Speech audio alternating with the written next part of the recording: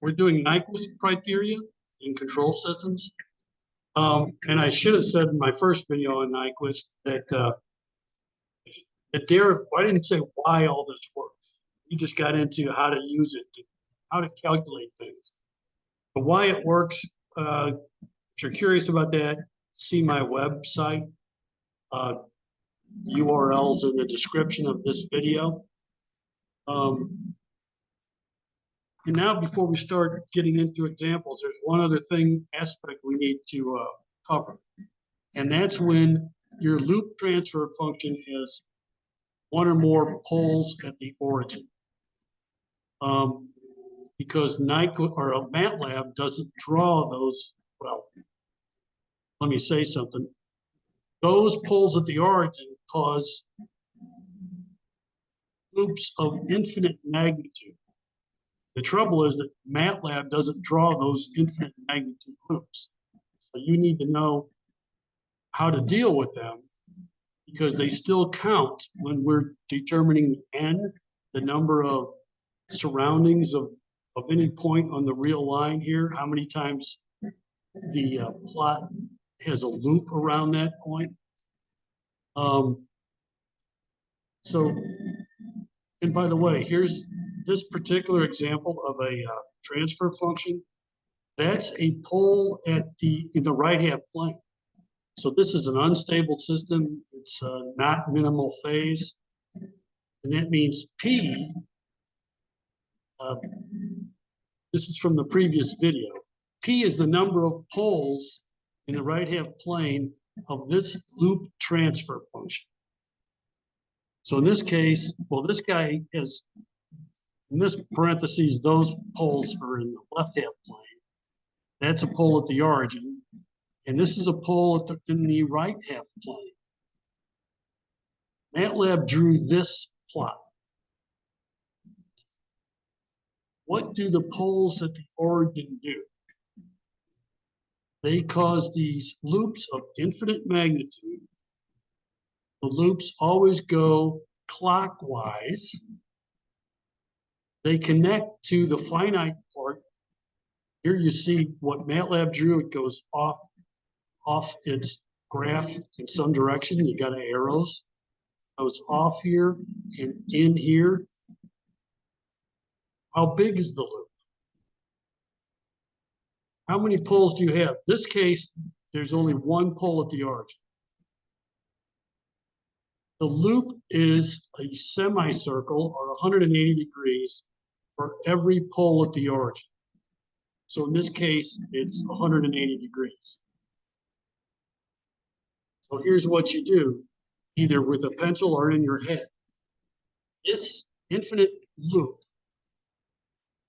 has to go off here, and then it starts going clockwise. So it's going to go down, around, 180 degrees, and it comes back in here. Okay? If this were, say, an S squared, that's a double pole or two poles at the origin, it would go around a whole circle, 360 degrees. Anyway, that's how big the loop is. It's whatever n is, or the number of poles at the origin, times 180 degrees. My students had trouble with this a lot. So here was what MATLAB did. Here's what you could draw. This is an infinite magnitude loop over here.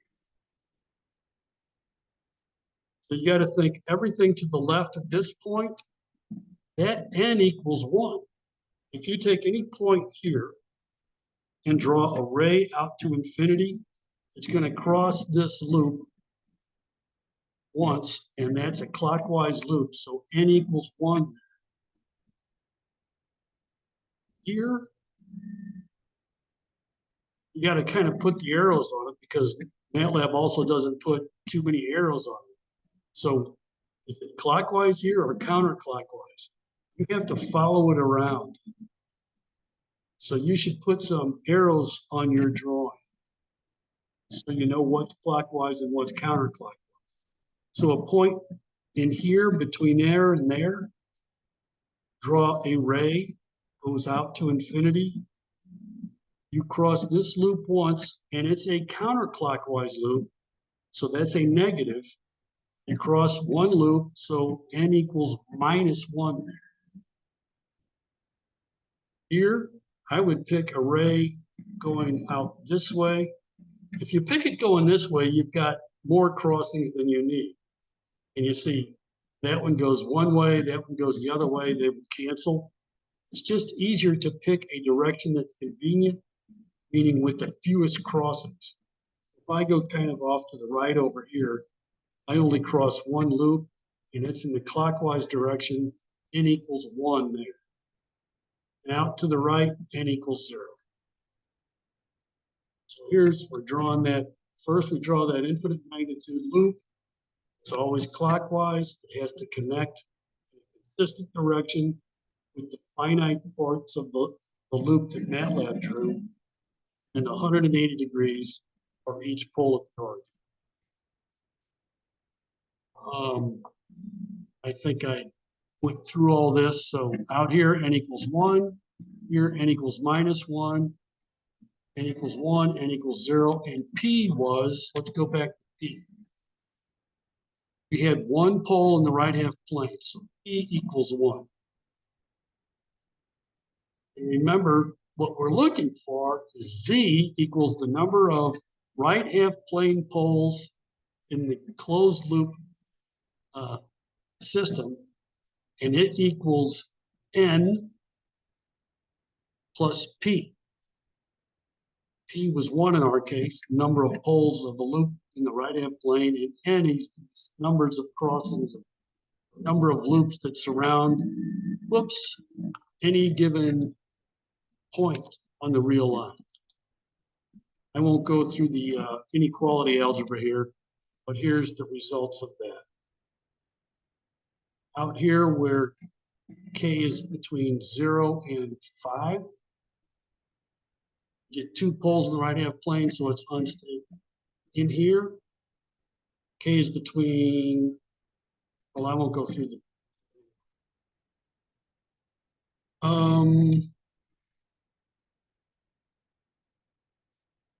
okay, I'll save actual examples, and now we'll do a bunch of examples. I'll save them for some time.